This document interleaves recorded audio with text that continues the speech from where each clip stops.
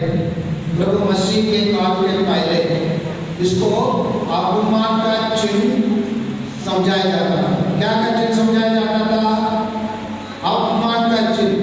Okay, क्योंकि जो लोग गलती करते थे, विशेषकर बड़े बड़े पाप करते थे, उन लोगों को क्रूस में, सूली में चढ़ा दिया जाता था और उसी में मरने वालों को कुकर भी समझाया जाता था। क्या समझाया जाता था? कुकर भी पापी समझाया जाता था। क्या समझाया जाता था? कुकर भी या पापी समझाया जाता था। और प्रभु यीशु जब क्रूस पर मरे, उसी को एक सम्मान का चिन्ह के रूप में बदले। क्या का चिन्ह के रूप में बदले? सम्मान का, ऑनर, रेस्पेक्ट का चिन्ह। इसलिए कभी भी हम क्रूस को हम इसके गले पे देते, अगर कोई तस्वीर देते, हम क्या करते? उसको हम क्या करते? चुंबन करते, उसको भक्तिपूर्ण रूप से अपने जेब में रखते, है ना? ये कैसे बदला है? उसको हम धीरे धीरे देखेंगे। दूसरा है वीर। किसको हम वीर कहेंगे? एक सांप यहीं पर रास्ते में आया, तुरंत सांप को देखे दौड़ के पीछे करने वाले वीर कहेंगे, तुरंत काटा निकालकर मारने वालों को क्या कहेंगे? वीर कहेंगे। अगर कोई व्यक्ति रास्ता में गिर रहा है, आप देख रहे हैं, आप ऐसे पीछे हटेंगे तो आप वीर नहीं कहेंगे, आप जाकर जान बचाएंगे तो आपका क्या कहेंगे? वीर कहेंगे। इसलिए क्रूस वीर कैसे वीर बनते हैं, क्रूस वीर कौन है, हम आइए थोड़ा जानने के लिए हम प्रयास करें। और जानने के बाद, हम ऐसे जानने के बाद उसी को हम अपने जीवन में अपनाने के लिए प्रयास करेंगे। हम लोग को वहां लिखा है कि क्रूस वीर तुम कैसे स्तंभ और मूल आधार को, मैं मूल आधार को आगे देंगे और स्तंभ को बाद में लगाकर बताऊंगा, क्योंकि हमारे समझने के लिए मूल आधार को समझने की अधिक आवश्यकता है। हम लोग इस हाल में बैठे हैं, ये हाल के ऊपर ये स्तंभ हो रहा है, ये स्तंभ हो रहा है, इसको पकड़ने वाला कौन है? ये बिल्डिंग का नींव होता है ना। बिना नींव का ये हॉल में ये स्तंभ खड़ा रह सकता है? खड़े रह सकते बच्चे? रह सकते? नहीं रह सकते। उससे बोलिए नहीं रह सकते, क्योंकि ये नहीं रहने के कारण हम क्या हो जाएंगे? अगर स्तंभ नहीं रहेंगे तो हम गिर जाएंगे। इसलिए हमारे नींव होता है। नींव मतलब मूल आधार। ये मूल आधार क्या है, इसी को हम जानना है। ये मूल आधार हमारे लिए दिया गया 4 हथियार। वैसे आप लोग ही बताइए, बात नहीं करता है।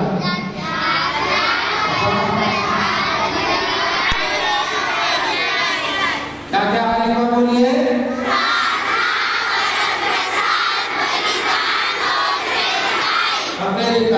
हम 4 बताए, प्रार्थना, परम प्रसाद, बलिदान और प्रेरित। इसी को आइए हम समझे। मैं आप लोगों को इस अच्छे से छोटे से कहानी से 4 हथियार को समझाऊंगा और बाद में प्रश्न करूंगा, आप लोगों को उत्तर देना है, ठीक है ना? ओके। प्रार्थना, ये कहानी कुछ लोग जानते भी होंगे, क्योंकि अक्सर मैं बड़गांव के बच्चों को गिरजाघर में इस चीज को बताता हूँ। प्रार्थना कितना महत्वपूर्ण है, अभी आप लोग समझेंगे। एक बार उंगलियों के बीच में लड़ाई हुआ। किसके बीच में लड़ाई हुआ? उंगलियों। एक हाथ में कितना उंगली है? ये 5 उंगलियों आपस में लड़ने लगे। क्या करने लगे? लड़ने लगे। हमसे बढ़कर हमें वो बड़ा है, सब अपने अपने को बड़े कहने लगे। सबसे पहले इसको क्या कहते हैं? भैया कहा, भैया आप सबसे बड़ा भाई बड़ा हमें क्यों मिले? एक क्लास है, पकड़ने के लिए कोशिश करते हैं। इधर कितना 4 है, इधर कितना है? 1 है। कोई भी पकड़ने के लिए आप लोग 4 से 4 और एक साथ आना है, मैं अकेला हूं, इसलिए मैं बड़ा। कौन कहा? कौन कहा? हम कहा। इसके बाद एक कहा, ठीक है भाई, आपने अपना बड़ापन बता दिया, मैं बता रहा हूं। मैं एक वहां बैठे थे, वो सिस्टर को, वो शिक्षक को, ये कर्तव्य वाले लोग सब यहाँ बैठे हैं। कौन सा मुझे आगे आता है? यही, उसको दिल्ली कहते हैं, फिंगर्स कहते हैं, इससे भाई बड़ा। ये कहा क्या कहा? कौन बड़ा है? ये बड़ा है। ये बोला एक बार हम बाजू में खड़े थे, हम बाजू में खड़े थे सर नो, कौन बड़ा दिखता है क्या? ये वाला बीच वाला बोला थे, ये स्थापित करता है मैं हूँ बड़ा। दिखने में देख सामने सबके सामने मैं हूँ बड़ा बोला। ये बोला ये बोला, देख दुनिया का पूरा ऐश्वर्य सोना से बनाया वाला चित्रा भी है ना, अंगूठी आप बनाने का कहाँ बनते हैं? इसमें बनते हैं। इससे ये बोला मैं बड़ा हूँ, क्योंकि मेरे पास धन है, दौलत है, इसलिए मैं बड़ा हूँ। मैं छोटा, ये क्या कहेगा? इन्होंने बताया, अरे भाई आप लोग चारों अपने बराबर तो रो दिए, मैं बता रहा हूँ, जब हम लोग गिरजा तक जाएंगे, मंदिर जाएंगे, क्या करते हैं हम लोग? कैसे प्रार्थना करते हैं? हाथ जोड़ के प्रार्थना करते हैं। हाथ जोड़ के प्रार्थना करने के टाइम पर यहाँ सबसे पहले कौन रहता है? यही छोटा उंगली रहता है। ये कहा मैं ईश्वर के निकट हूँ, मैं कहा मैं ईश्वर के निकट हूँ, इसीलिए मैं ही बड़ा हूँ। अभी हमारे जीवन में उसी प्रकार प्रार्थना करने के टाइम पर अगर कोई व्यक्ति ईश्वर के निकट रहता है, वो भी बड़ा है। ऐसा नो? यस। कौन बड़ा होता है? अभी प्रार्थना करने वाले बड़े होते हैं। इसलिए हम अपने जीवन में दैनिक प्रार्थना में भाग लेना है। अभी हाथ ऊपर कीजिए, हमारे घर में रोज दैनिक प्रार्थना होता है, मैं भाग लेता हूँ। उन बच्चों को हाथ ऊपर कीजिए, हमारे घर में रोज दैनिक प्रार्थना होता है। शाम के टाइम पर हमारे घर में प्रार्थना करती है मम्मी दादी। उन बच्चों को हाथ ऊपर कीजिए। किसी के भी घर में प्रार्थना नहीं होता है क्या? होता है तो हाथ ऊपर करो। हाँ, वेरी गुड। किन बच्चों के लिए दो प्रार्थना बजा दे? घर में प्रार्थना होता है। और एक छोटा उदाहरण है, प्रार्थना क्या होता है? प्रार्थना आप जैसे बच्चों लोग जब प्रार्थना करते हैं, ईश्वर पसंद करता है। हमारे घर में मेरा भांजा का बेटी जब छोटी से 3 साल की, एक दिन हम लोग घर में प्रार्थना कर रहे थे, उसी को हम लोग बोले सब लोग एक निवेदन बोलेंगे और सब लोग शांत से प्रार्थना करेंगे, कोई हंसेंगे नहीं, मजाक नहीं करेंगे और सब लोग दिल से मन से प्रार्थना करेंगे। बोल दिए, बोलने के बाद हम लोग उनको बोले सब लोग छोटे छोटे निवेदन करो। वो 3 साल की लड़की घूमने देंगे, प्रार्थना बोलने लगी, हे प्रभु मेरा बड़ा भाई मेरे को रोज डंडा से मारता है, पत्थर से मारता है, ऐसे बोलने लगी। हम लोग सब हंसने लगे। वो बोलने लगे आप लोग सब प्रार्थना करने नहीं जानते हो, मैं प्रार्थना कर रहा हूँ, आप लोग सब हंस रहे हो, है ना? क्योंकि वो बच्ची दिल से मन से प्रार्थना कर रहे थे। तो जब हम ऐसे प्रार्थना करेंगे तो बच्चे क्या क्या सच्चे होते हैं? हम प्रार्थना करते बच्चे क्या क्या सच्चे होते हैं? दिल की सच्चे होते हैं। इसलिए ईश्वर आप लोगों की प्रार्थना को हमेशा सुनेंगे। इसलिए हम लोग इतवार के दिन बलिदान में आगे भाग लेना है और घर में रोज प्रार्थना करना है। दूसरा हथियार क्या है? परम प्रसाद प्यारे भाइयों, बच्चों, बहनों, बच्चों, ये विशेषकर कैथोलिक कलीसिया में पाने वाला एक मात्र संस्कार है। कुछ प्रोटेस्टेंट लोग भी ये संस्कार रखते हैं, लेकिन उन लोग जिस प्रकार हम परम प्रसाद में प्रभु यीशु को पूर्ण रूप में, शरीर के रूप में और रक्त के रूप में पाते हैं,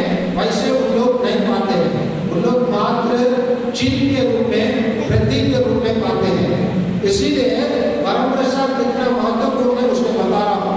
आप लोगों का योग के सुसमाचार में इसके बारे में अच्छे से बताया जाता है। जो मेरा रोटी खाएगा, मेरा मांस खाएगा और रक्त पिएगा, वो आनंद जीवन प्राप्त करेंगे। इसलिए परम प्रसाद ग्रहण करने से हम आनंद जीवन प्राप्त करेंगे। कैसे प्राप्त करेंगे? उदाहरण के लिए बता रहा हूँ। आप लोग सब माइंड पार्ट गए, कितने लोग माइंड पार्ट गए? हाथ ऊपर कीजिए। माइंड पार्ट गए वहाँ फेब्रुअरी महीने में एक त्योहार होता है, हम लोग जाते हैं विशेषकर। कब जाते हैं उधर? फेब्रुअरी महीने में। कौन सा त्योहार होता है? क्या त्योहार करे जाते हैं? बालक यीशु का तीर्थ यात्रा। हम लोग यूनिवर्सिटी यहाँ पर है, वहाँ हम लोग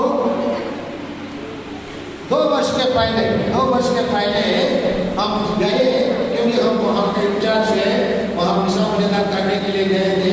विषा मुलाकात होने के बाद, त्योहार होने के बाद हम लोग ऑर्डरेशन के लिए बहुत बड़ा रोटी, कभी कभी दर्शाते हैं ना, बड़ा रोटी सामने रखते हैं ना, उसी को हम लोग सामने रख के प्रार्थना होने के बाद उसको निकाल कर हम लोग अंदर मंजूषा टबरनाकल में रख दिए। रखने के बाद हम लोग वापस आ गए। फिर भी हम लोग दूसरे के लिए गए, लेकिन हम लोग उसी रोटी उसके अंदर रखा है, उसी पर हम भी ध्यान नहीं दिए, फादर लोग भी ध्यान नहीं दिए। अभी 1 साल के बाद जब हम प्रार्थना के लिए गए, हम फादर से पूछे, फादर वो बड़ा रोटी रखने वाला बर्तन के दीजिए। तो फादर बोले उत्तर उसी में ही है। 1 साल हो गया।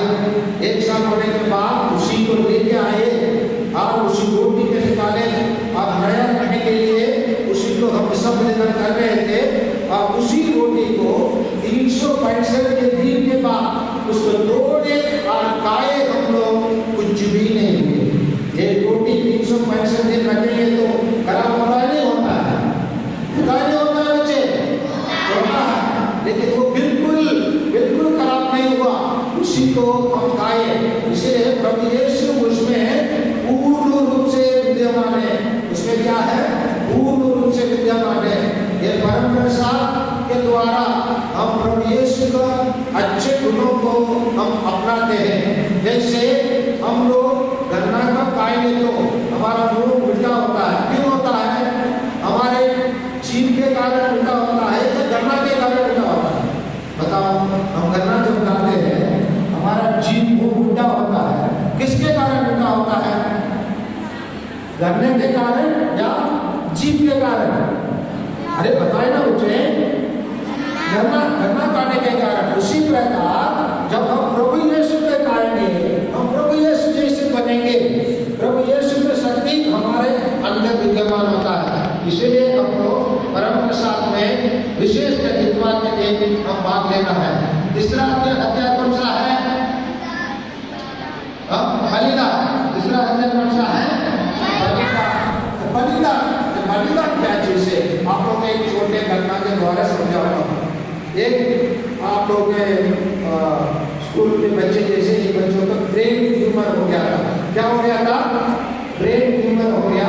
1-1.5 महीने के बाद उसको ऑपरेशन हुआ। उसके बाद वो स्कूल गई। जब स्कूल गए, ब्रेन ट्यूमर होता है तो उसको क्या कर देते? पूरा बाल को निकाल देते। इसीलिए वो जब स्कूल गए उसका मुंडन हुआ था। और इसीलिए वो स्कूल जाने से थोड़ा झिझक रही थी, क्योंकि वहाँ बच्चों लोग देखेंगे, हंसेंगे। क्योंकि हम लोग जो मुंडन किया बच्चों को देखे तो हम लोग क्या करते? क्या बोलते?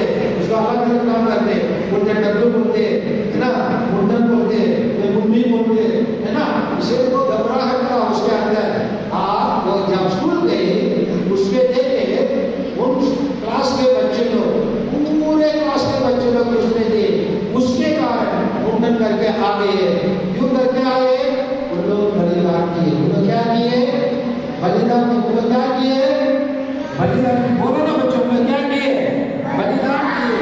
क्योंकि वो बच्चे, उसी बच्चों ने देखे वो अभी नाराज है, उसको ब्रेन ट्यूमर हुआ, वो मुंडन है, मुंडन किए, वो स्कूल आने में झिझक किए, अच्छा नहीं लगता है। इसलिए वो बच्चों को क्या सोचे, इसके समय हम लोग बनेंगे बोलकर वो क्या किए? सब लोग बलिदान किए। उसी प्रकार हम भी अपने जीवन में बलिदान विचार करने की आवश्यकता है। 14 अध्याय कौन सा है?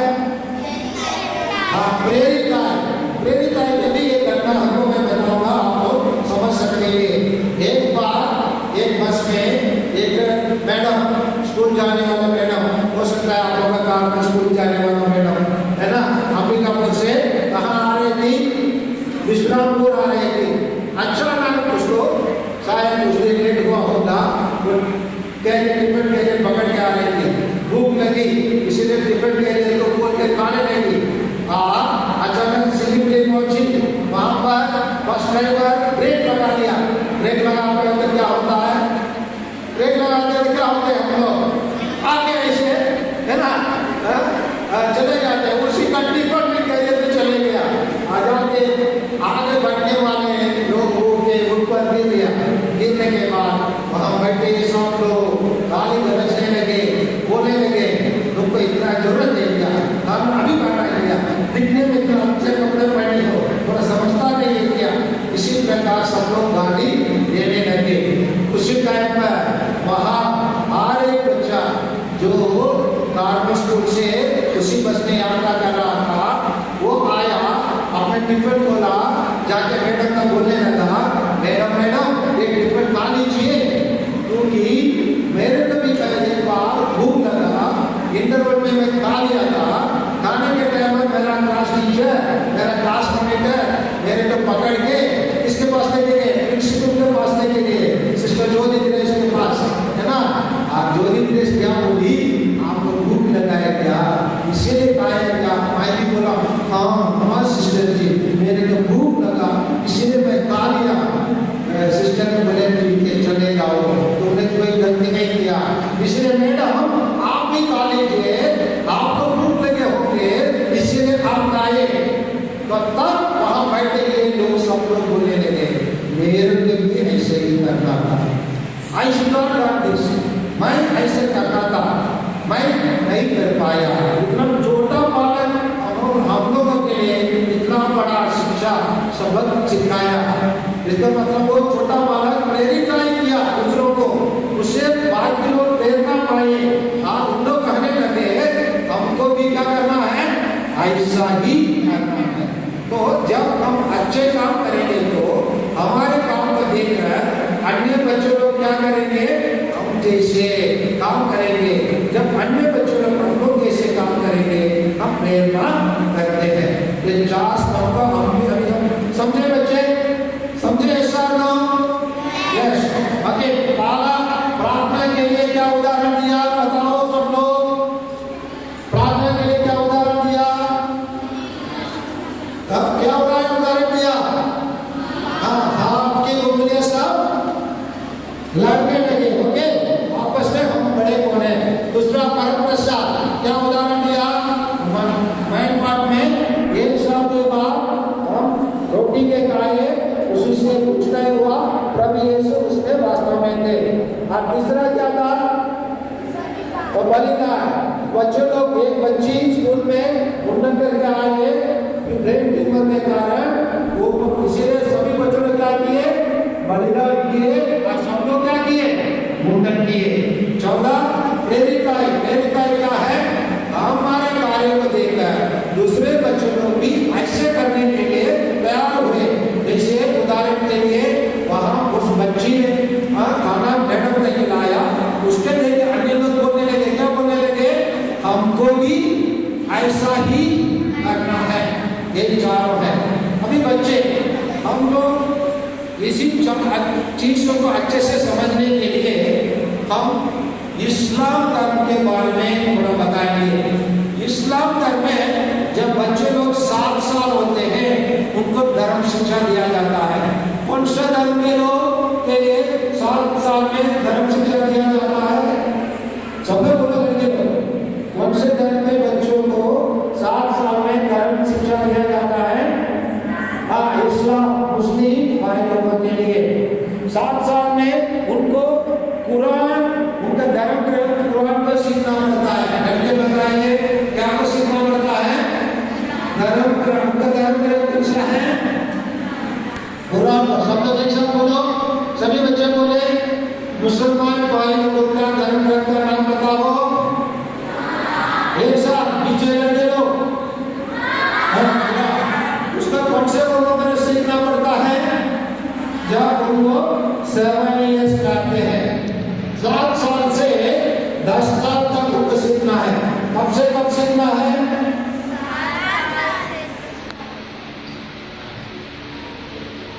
जैसे बोला बच्चा कम से कम 500 उम्र से 500 उम्र तक सीखना है, 7 साल से 10 उम्र तक। कौन सा धर्म के बच्चे? इस्लाम। उनका धर्म कर्म कौन सा है?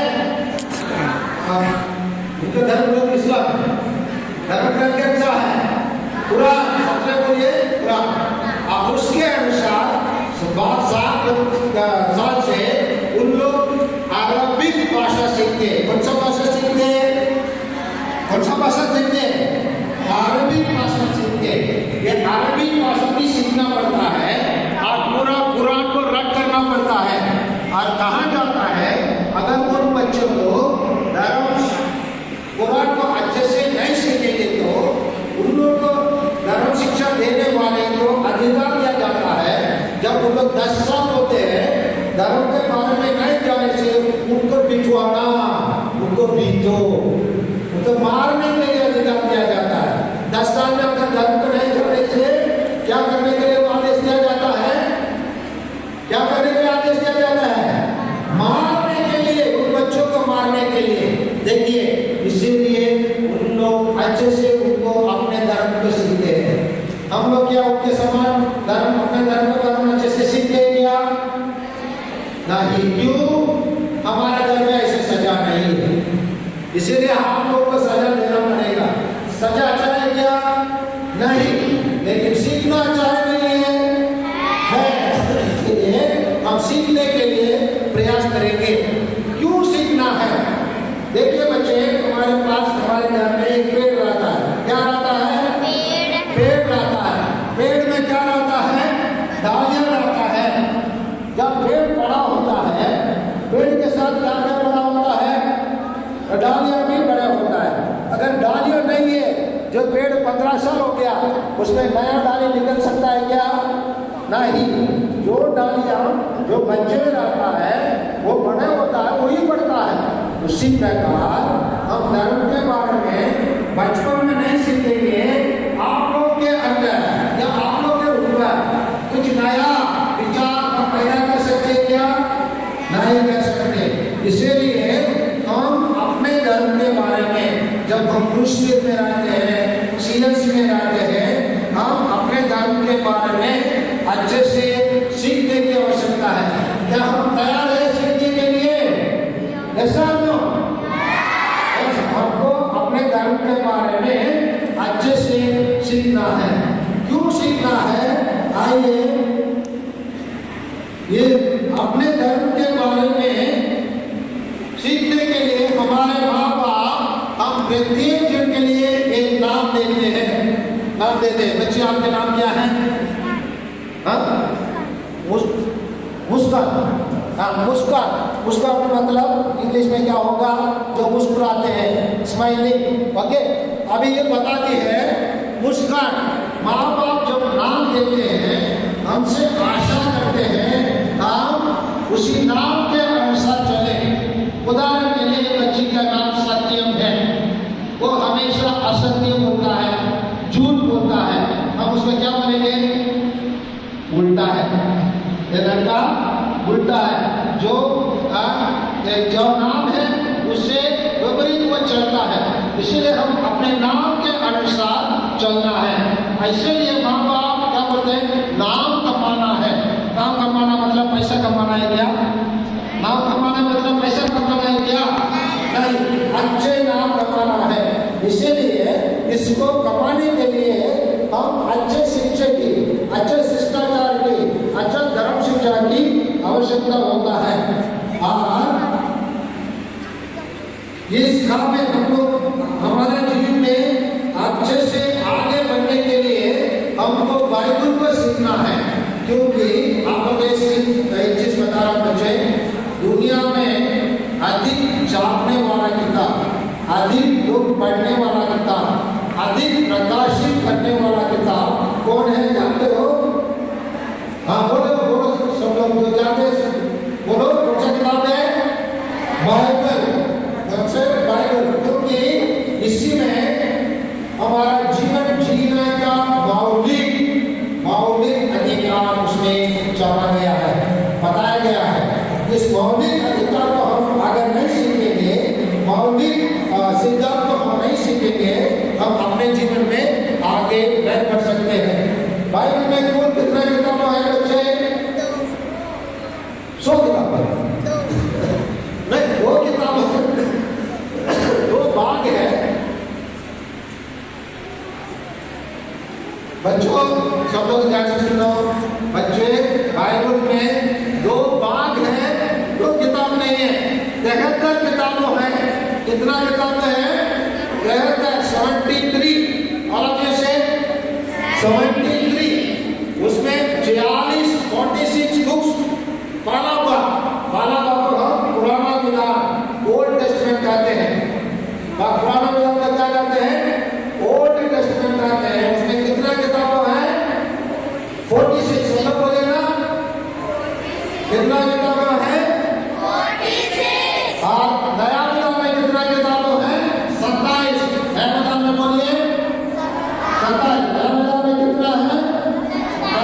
कुल मिलाकर कितना किताब होते हैं? 73। कितना किताब है? 73। याद रखने के लिए बाइबल में कितना किताब है याद रखने के लिए एक शॉर्ट मेथड बता रहा हूँ। हफ्ता में कितना दिन है? हफ्ता में कितना दिन है? 7 दिन है। खाली 7 दिन है। 7 के बाद डबल अगर कहाँ पर आता है? 2 डिजिट कहाँ आता है? 7 के बाद 8, 9, 10 में 2 डिजिट आता है। सो 7, उसके बाद 8, 9, 10, 1, 2, 3, 7 + 3 = 10। 10 होता है ना। इसीलिए याद करने के लिए बाइबल में कितना किताब है? 73। कैसे याद करेंगे? सप्ताह में कितना दिन होता है? 7 दिन होता है। डबल डिजिट कौन सा में आता है? 10 में आता है। तो 7 के बाद 8, 9, 10 कितना आ गया? 3। 7 बगल में 3 कितना होता है? 73। तो इसी प्रकार बाइबल में कुल कितना याद करने के लिए शॉर्ट मेथड आप लोगों को बताया हूँ। ये बाइबल में बहुत सारे अच्छे बातें हैं। ये अच्छे बातों को जानने के लिए हमको रोज क्या पढ़ना पड़ता है? क्या पढ़ना पड़ता है बच्चे? बाइबल को पढ़ना पड़ता है। कितने लोगों के घर में बाइबल है बताइए? कितने लोगों के घर में बाइबल है? आप सबके घर में बाइबल है। Very good. बाइबल है तो कितने लोग बाइबल को रोज पढ़ते हैं? कितने लोग रोज बाइबल को पढ़ते हैं? ओके, आप लीजिए। कितने लोग रोज मोबाइल का प्रयोग करते हैं? आप उत्तर कीजिए। मोबाइल का झूठ मत नहीं बोलना। कितने लोग मोबाइल का उपयोग करते हैं? हाथ ऊपर करो, झूठ मत बोल। कितने लोग मोबाइल का रोज उपयोग करते हैं? इधर लड़के झूठ बोल रहे हैं। इधर मोबाइल रोज उपयोग करते हैं। ठीक है, मोबाइल ये प्यारे बच्चे ओके हाथ नीचे करो। मोबाइल अपने आप अलग नहीं है। मोबाइल में आप लोग डाउनलोड कर सकते हैं। क्या डाउनलोड कर सकते हैं? क्या डाउनलोड कर सकते हैं बताओ ना। बाइबल को उसमें आप लोग बाइबल को डाउनलोड कर सकते हैं। ऑफलाइन बाइबल को डाउनलोड कीजिए। ऑफलाइन बाइबल मतलब जो इंटरनेट नहीं मिलता है उसी टाइम पर भी बाइबल को आप लोग उपयोग कर सकते हैं। इसीलिए आप बच्चे बाइबल को क्यों पढ़ना है? क्योंकि आप अपने माँ बाप के लिए बेटे बेटी समझते हैं। बेटे बेटी से भी बढ़कर आप लोग ईश्वर में एक वरदान है। एक बार सभी बच्चे देखिए, मैं आप लोगों से प्रश्न कर रहा हूँ। आप लोग सब माँ बाप के क्या है? बेटे बेटी है। बेटे बेटी से भी आप लोग ईश्वर की वरदान है। क्या है आप लोग? वरदान। क्यों वरदान है? क्यों वरदान है आप लोग कोई बता सकते हैं? क्यों वरदान है? क्यों आप लोग वरदान है बता सकते हैं? क्योंकि बहुत सारे माँ बाप लोगों के लिए बेटे बेटी नहीं है। आप लोग गली में आप लोग सुनते होंगे ना,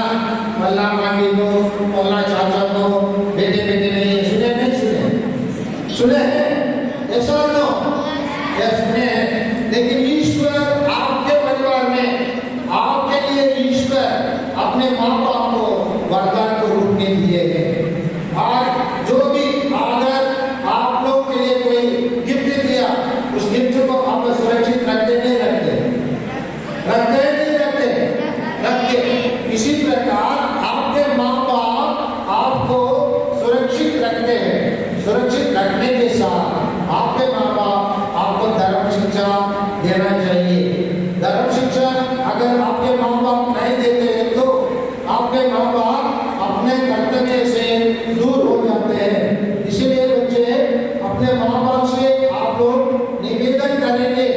हर इतवार कितने बच्चे लोग अपने माँ बाप को हर इतवार मम्मी पापा हमको चर्च जाना है बोल के अपने माँ बाप के साथ गिरजाघर आने वाले बच्चे हाथ ऊपर करो। Very good, very good. Madam को नोट दीजिए, लोग सब हर इतवार आते हैं, देख लेना। वेरी गुड, ताली बजाएं बच्चों के लिए।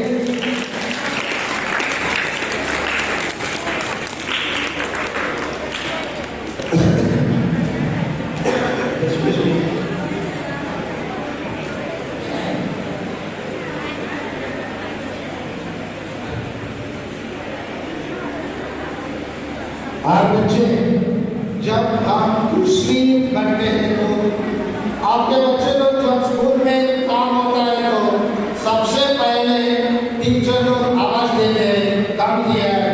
आप में कौन पहले टीचर के पास जाने वाले बच्चे हाथ ऊपर कीजिए। या जहाँ मैं सुना हो आप लोग 254 बच्चे हैं, उसमें केवल 10 बच्चे हाथ ऊपर करते हैं। इसका मतलब हम क्रिश्चियन नहीं है। बाद में क्रिश्चियन दिनों के दिन हम स्कूल आने वाले बच्चे हैं और हम ईश्वर के नियम को पालन करने वाला बच्चे नहीं है। इसलिए हम प्यारे बच्चे, क्रिश्चियन वही होता है जो जब हमारे कलिसिया में हमारे फादर लोग सिस्टर लोग जब आदेश देते हैं उसका पालन करने वाले बच्चे क्रिश्चियन रहते हैं। कौन क्रिश्चियन होते हैं? आंसर देना। कौन क्रिश्चियन होते हैं? जो शिक्षक लोग, फादर लोग, सिस्टर लोग, अभिभावक लोग जब आदेश देते हैं उसी को पालन करने वाले बच्चे क्या होते हैं? क्रिश्चियन होते हैं। आगे आगे बताइए, जब मैं रास्ता में ऐसे एक पेपर पढ़ा जाता है, कितने बच्चे लोग ऊपर उसको उठाकर डस्टबिन में डालते हैं? हाथ ऊपर कीजिए। कितने बच्चे लोग करते हैं? अगर करेंगे तो आप लोग क्रिश्चियन, ठीक है, वेरी गुड। और कितने बच्चे लोग आपके बगान में पौधा मर रहा है उसको मैं पानी पटाता हूँ, करते हैं? हाँ, ठीक है। वही बच्चे लोग क्रिश्चियन बच्चे हैं। कितने बच्चे लोग जब आपके टिफिन खाते हैं, आपके टिफिन से रोटी और सब्जी गिर गया, उसी को मैं उठाकर मैं डालकर डस्टबिन में डालता हूँ। हाथ ऊपर कीजिए। यस, वही बच्चे लोग, अच्छे बच्चे लोग, क्रिश्चियन बच्चे लोग हैं। जब आपके माँ बाप आपको बाजार भेजते हैं, कुछ खरीद कर लाने के लिए बोलते हैं, आज आप जाके उसको समय पर लेके आते हैं, बोले हाथ ऊपर कीजिए। वही बच्चे लोग, अच्छे बच्चे लोग। हाँ, ठीक है। एक बार एक लड़का अपने घर में सिगरेट गिरा था। क्या कर रहा था? सिगरेट गिरा रहा था। सिगरेट गिरा था, उसका पिताजी ने देख लिया। कौन देख लिया? पिताजी ने देख लिया। और पिताजी बाहर बाजार गया। बाजार से वापस आने के बाद उसको पीता। बाजार इसलिए गया, दारू पीने के लिए गया। और दारू पीने के बाद और उसके पीता, वो अपने दोस्त को बता रहा है, मैं सिगरेट पी रहा था, मैंने पिताजी देख लिया, लेकिन वो दारू पीने में आकर मेरे पे मारा। क्या उसका पिताजी उसका अच्छा उदाहरण दिया? उदाहरण दिया? उदाहरण दिया? नहीं दिया। इसीलिए आप अपने माँ बाप जब गलती करेंगे तो आप लोग अपने माता पिता को यही बताने की आवश्यकता है, पिताजी आप मेरे सामने दारू पिएंगे, मेरे सामने सिगरेट पिएंगे, आप कैसे मेरे से अपेक्षा कर सकते हैं? इसलिए हम अपने माँ बाप को क्या करना चाहिए? पापा मम्मी आप लोग हमको अच्छे मार्ग दिखाइए। इस बात को हम किसको कहेंगे? किसको कहेंगे? अपने घर के पड़ोसी को कहेंगे। मैं आप अच्छे उदाहरण दिया, बच्चे लोग माँ बाप गलती करने को बच्चे लोग उनको बताएंगे नहीं बताएंगे? बताएंगे। माँ बाप आपको समय पर अपने भोजन बना के नहीं देते, स्कूल फीस नहीं देते और आपको रिजल्ट देखने के लिए मिलते के दिन स्कूल नहीं आते, क्या आप अपने माता पिता को अच्छे माता पिता कह सकते हो? कह सकते हो? नहीं कह सकते। तो एक चीज हम अपने घर में आगे बढ़ना है तो हमारे माँ बाप हमारे अच्छे उदाहरण बनने की आवश्यकता है। इसीलिए हम अपने माता पिता को बार बार हमारे अच्छा नमूना दिखाने के लिए बताएंगे। क्या दिखाने के लिए बताएंगे? अच्छे आदर्श दिखाने के लिए बताएंगे। बताएंगे नहीं बताएंगे? बताएंगे नहीं बताएंगे? बताएंगे। बताने तो हम बच्चे उधर पीछे वाले बच्चे ध्यान सुनो, प्यारे बच्चे, हम सब क्रूस तीर है। ये क्रूस तीर का लक्ष्य हम जानते हैं। इसको हम प्राप्त करना है तो इस 4 अध्यायों को हम लोग अपने जीवन में अमल करने की आवश्यकता है। कैसे अमल करना है?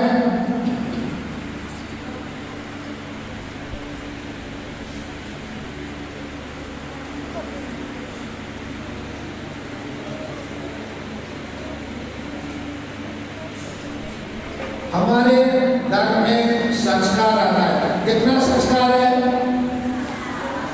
बोले ना मुझे, कितना संस्कार है? क्या क्या है बताओ?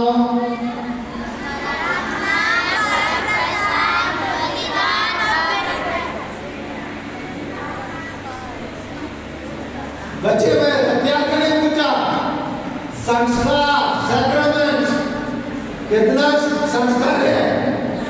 7 बता दे।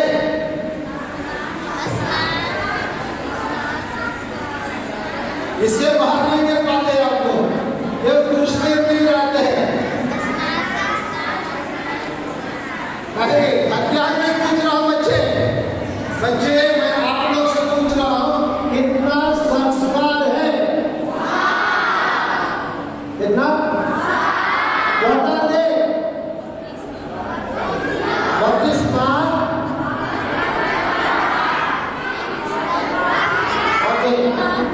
खड़े हो जाओ, खड़े हो जाओ, बताओ। हाँ, बपतिस्मा, पाप स्वीकार, परम प्रसाद, दृढ़ीकरण, विवाह संस्कार, प्रेम संस्कार, अंडमेंट संस्कार। समझ में आ रहे ना? ये 7 संस्कार आता है। ये 7 संस्कार हमें ईश्वर के राज में पहुंचने के रास्ता बताने वाला संस्कार है। हम सबों को बपतिस्मा दिया गया है। बपतिस्मा के टाइम पर हम लोग बपतिस्मा के द्वारा हम कलीसिया के सदस्य बनते हैं। क्या के सदस्य बनते हैं? कलीसिया के सदस्य बनते हैं और हम आदि पाप से शुद्ध हो जाते हैं। आदि पाप से मुक्त हो जाते हैं। क्या से मुक्त हो जाते हैं? आदि पाप से। और तीसरा है हमारे अंदर, हमारे ऊपर पवित्र आत्मा उतरते हैं। हमारे अंदर पवित्र आत्मा प्रवेश करते हैं और हमें नया शक्ति देते हैं और इसी द्वारा हम प्रभु यीशु के शिष्य बनते हैं। प्रभु यीशु के शिष्य कैसे बनते हैं? जब हम परमप्रसाद, पाप स्वीकार, ये 2 चीज हम अपने जीवन में हम अक्सर कर सकते हैं, जो हमारे हथियार में भी आते हैं।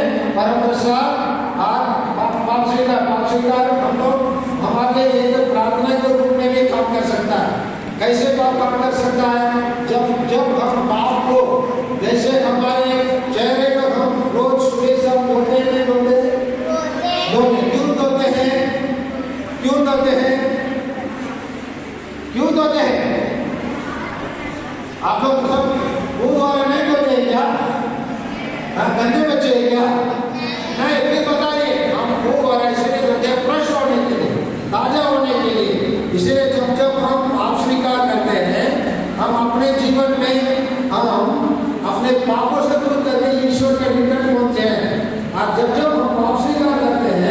हम ईश्वर की कृपा को पाते हैं। क्या पाते हैं? ईश्वर की कृपा पाते हैं। बोलिए ना बच्चे, क्या पाते हैं? ईश्वर की कृपा पाते हैं। और इसीलिए हम पाप स्वीकार करना है, परम प्रसाद में भाग लेना है और प्रार्थना करना है। और हमारे कलीसिया के लिए सर्वोत्तम प्रार्थना एकदम वो प्रभु यीशु हमारे छोड़ के गया है, वही है यूकरिस्ट मिसा बलिदान। उसका क्या नाम देते हैं? सर्वोत्तम प्रार्थना को, सर्वोत्तम प्रार्थना का क्या नाम देते हैं? अरे बच्चे अभी बताया, यूकरिस्ट मिसा बलिदान के क्या नाम देते हैं? सर्वोत्तम सर्वश्रेष्ठ प्रार्थना। सर्वश्रेष्ठ प्रार्थना कौन सा है? अरे बच्चों आपको से पूछ रहा हूं, सर्वश्रेष्ठ प्रार्थना कौन सा है? मिसा बलिदान। उसमें जब जब अवसर मिलता है उसमें भाग लेने की आवश्यकता है। जब जब मिसा बलिदान में भाग लेते हैं, हम किसका ग्रहण करते हैं? परम प्रसाद का ग्रहण। किसके रूप में उसका ग्रहण करते हैं? यीशु मसीह को हम ग्रहण करते हैं। जब जब हम परम प्रसाद में ग्रहण करते हैं, हम किसका ग्रहण करते हैं? यीशु मसीह में ग्रहण करते हैं। इसीलिए हम क्रिश्चियन बच्चे लोग अच्छे है ना, और इस क्रिश्चियन बनने के लिए हम प्रयास करना है। और हम लोग के बीच में हमारे स्कूल में आप कौन सा धर्म के बच्चे लोग रहते हैं? हिंदू बच्चे लोग रहते हैं, मुसलमान बच्चे लोग रहते हैं, है ना। और कभी कभी सिख सरदार, सिख पंजाबी लोग रहते हैं ना। या इन बच्चों के बीच में कौन बच्चे लोग एकदम अच्छे होना चाहिए? इन बच्चों के बीच में आप लोग बताए हैं, हमारे स्कूल में ईसाई बच्चे हैं, हिंदू बच्चे हैं, मुसलमान बच्चे हैं, पंजाबी या सरदार सिख बच्चे हैं। पता है इन बच्चों में कौन अच्छे बच्चे होना चाहिए? हाँ, कौन पता है? जोर से बोलिए, कौन है वो? शिशु मंदिर के बच्चे लोग कौन है वो? बोलो ना, शर्म लग रहा है क्या आप लोगों को? कौन है वो? कौन है वो? पता है ना कौन है वो? हम लोग। तो वही लोग, उन बच्चों के बीच में हम लोग। लेकिन सिस्टर लोग और फादर लोग अक्सर हमारे बच्चों लोगों को शैतान के रूप में पाते हैं। हमारे बच्चों के क्या के रूप में पाते हैं? आरी शैतान। फिर क्यों पाते हैं? क्योंकि हम क्या नहीं है? अच्छे क्या नहीं है? क्रिश्चियन नहीं है। अच्छे क्या नहीं है? क्रिश्चियन नहीं है। क्या हमको अच्छा क्रिश्चियन बनना है? नहीं बनना है? कौन कौन बनना है? हाथ ऊपर कीजिए। जो हाथ ऊपर नहीं किया वो सब शैतान है। जो भी बच्चे लोग शैतान है, मेरे पीछे जोर से दबाइए, यीशु।